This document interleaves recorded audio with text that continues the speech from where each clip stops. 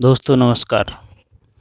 आज बात कर ठंडी में मरते हुए किसानों, खुले आसमान के नीचे बैठे किसानों, जो कि एक अपनी बात को मनवाने के लिए गवर्नमेंट के पीछे, और गवर्नमेंट भी कह रही है हाँ हम नहीं करेंगे, तुम चाहे जो कर लो।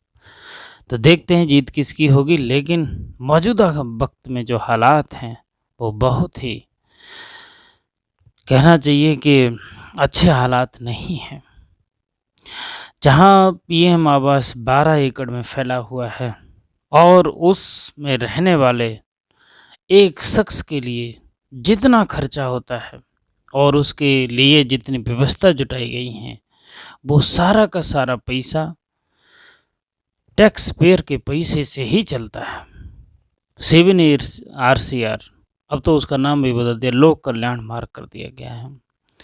उसमें रहने वाले लोग और उसमें महंगी महंगी गाड़ियों पर चलने वाले ये ऐसे नियम बनाते हैं और कॉरपोरेट सेक्टर के लोगों की जेब भरने के लिए ही ये कानून लाते हैं।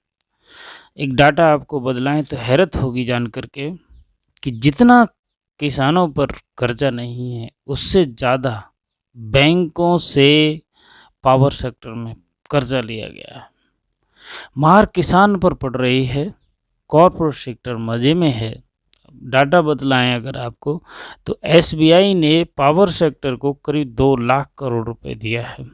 कितना? 2 लाख करोड़। इलाहाबाद बैंक ने 4,958 करोड़ रुपये दिया है पावर सेक्टर को, केवल।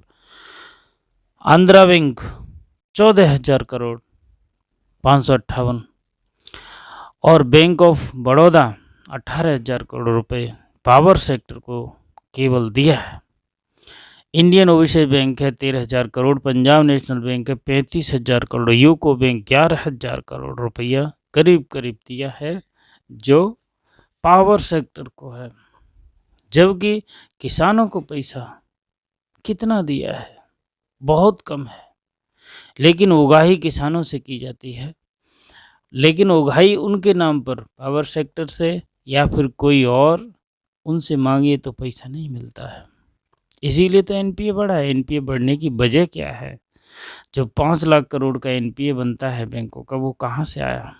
वो सारा का सारा, चाहे वो आयरन इंडस्ट्रीज हो, चाहे स्टील हो, चाहे पेट्रोलियम हो, कोल एंड माइन हो, सारा का सारा पैसा कौन लेता है? यही लोग लेते हैं। किसान तो यहाँ तक है कि वो कर्ज माफ़ी अगर करते हैं, और एक कॉर्पोरेट सेक्टर को बड़ी ही मजाक की तौर पे बात गवर्नमेंट करती है कि कॉर्पोरेट सेक्टर के लोगों का तो माफ़ हो जाता है, NPA में चला जाता है। NPA का मतलब वो नहीं मिलेगा, अब हटाओ उनको डर बुक से। लेकिन किसानों से जो उगाही की जाती है उसमें से कर्ज माफ़ी जो करते हैं, अब कर्ज माफ़ी कर दें तो भी बहुत अच्छी बात है, लेकिन कर्ज माफ़ी कहाँ करते हैं? न बीज है उनके लिए, न खाद है, न दाम है, न सिंचाई की व्यवस्था है, ना ही फसल खरीद फरोख्त है, न उसका पैसा मिलता है। बेचने के बाद भी पैसे लेने के लाले पड़ जाते। अब तो गवर्नमेंट कितना और कि आपको चक्कर लगाने पड़ेंगे इधर उधर। और कल की बात है कि प्रधानमंत्री ने खुद ही एक डाटा बतलाया था, जिसमें वो बता रहे हैं कि एक किसान है जितेंद्र लोधी के नाम से, तो उसने अपना जो मक्के का व्यापार, मक्के का जो खेत मक्का हुई थी उसकी, तो उसको बेचा था। उसको पैसा कुछ 25% मिला। उसके बाद जो पैसा था 3 लाख रुपए के करीब बेची, उसमें और पैसा नहीं मिला। तो उसके एवज में कहना है कि अगर आपको वो अपना रकम, फसल बेची है, उसकी रकम जो लेनी है, अगर उसको लेना है तो आपको चक्कर काटने पड़ेंगे। किसके? SDM के। तो ये क्यों आखिर? हमको सीधा MSP जो मिलती थी पहले, जो व्यवस्था थी वैसी व्यवस्था हो ना। आपने कॉरपोरेट या फिर प्राइवेट सेक्टर की जो बैंक कहना चाहिए प्रणाली है, उसकी जेब भरने के लिए ये सब व्यवस्था क्यों की है? अब आपसे बात करें, हम टोटल जो किसान हैं इंडिया में, वो करीब 14 करोड़ किसान आते हैं। 14 करोड़ किसानों में से करीब कहना चाहिए जो किसान सम्मान निधि है 6,000 रुपये पर साल, उसमें से 8 करोड़ किसान जो है, 8 करोड़ 46 लाख 48 हज़ार 328 वो सीमांत किसान हैं।